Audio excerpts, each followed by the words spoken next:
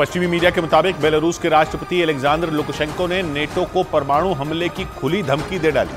बताया गया कि पुतिन के दोस्त लुकाशेंको ने नेटो के सदस्य देश पोलैंड, लिथुआनिया और लातविया को अपनी हिट लिस्ट में शामिल कर लिया। नेटो के इन देशों की सीमा बेलारूस से लगती है। बीते कुछ महीनों में बेलारूस से इन देशों के रिश्ते काफी खराब हो गए और इसीलिए नेटो के इन देशों ने अपनी सीमा की सुरक्षा को बढ़ा दिया। इतना ही नहीं, पोलैंड, लिथुआनिया और लातविया अपनी सेना को भी मजबूत करने में जुट गए ताकि अगर बेलारूस किसी भी तरह से आंख दिखाए तो उसे मिलकर मुंह तोड़ जवाब दिया जा सके। लेकिन यही बात बेलारूस को चुभ गई।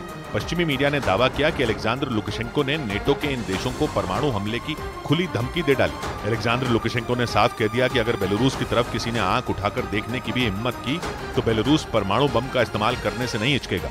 जंग की शुरुआत से ही रूस बेलारूस की जमीन का इस्तेमाल कर रहा है, लेकिन अब जब बेलारूस के राष्ट्रपति की तरफ से ऐसा बयान सामने आया तो नेटो की चिंता बढ़ गई।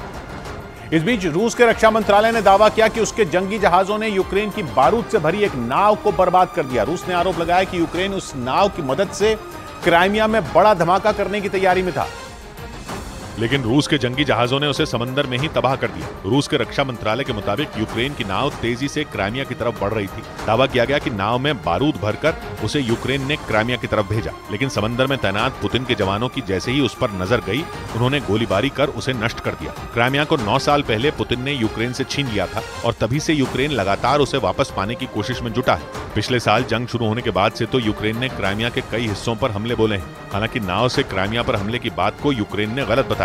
इधर उत्तर प्रदेश के कानपुर में एक फिल्म थिएटर में एसी न चलने पर हुई मारपीट के मामले में मॉल के मालिक समेत 29 लोगों पर केस दर्ज कर लिया गया। 2 रोज पहले फिल्म देखने आए कुछ दर्शकों ने एसी नहीं चलने पर शिकायत की थी, जिसके बाद थिएटर के सुरक्षा कर्मियों पर उन लोगों की पिटाई करने के आरोप लगे।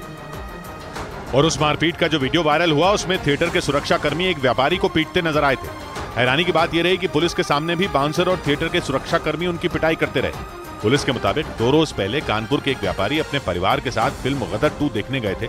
इसी दौरान एसी न चलने पर दूसरे दर्शकों के साथ उन्होंने भी शिकायत की और पैसे वापस देने की मांग की। आरोप लगा कि उसी वक्त वहां तैनात सुरक्षा कर्मियों ने उनकी पिटाई कर दी, जिसके बाद पीड़ित व्यापारी की शिकायत पर मॉल के मालिक, मैनेजर और बाउंसर समेत 29 लोगों पर मुकदमा दर्ज कर लिया गया। उधर मुंबई में एक हिंदू लड़के को जन्मदिन की बधाई देना एक मॉडल को भारी पड़ गया। उस मॉडल ने सोशल मीडिया के जरिए रेप और जान से मारने की धमकी मिलने की शिकायत पुलिस को दी। इसके अलावा यह आरोप भी लगाया कि कुछ लोगों ने उसकी तस्वीरों से छेड़छाड़ कर उन्हें सोशल मीडिया पर डाल दिया, जिसके बाद मुंबई पुलिस के साइबर सेल ने मामले की जांच शुरू कर दी। शिकायत करने वाली मॉडल रांची की रहने वाली है और वो मुंबई में रहकर मॉडलिंग का काम करती है। उसका आरोप है कि एक हिंदू दोस्त को जन्मदिन की बधाई देने के बाद से उस पर मुसीबतों का पहाड़ टूट पड़ा। सोशल मीडिया पर उसे धमकियां मिलनी शुरू हो गई, यहाँ तक कि कुछ लोगों ने उसे रेप और जान से मारने तक की धमकी दे दी।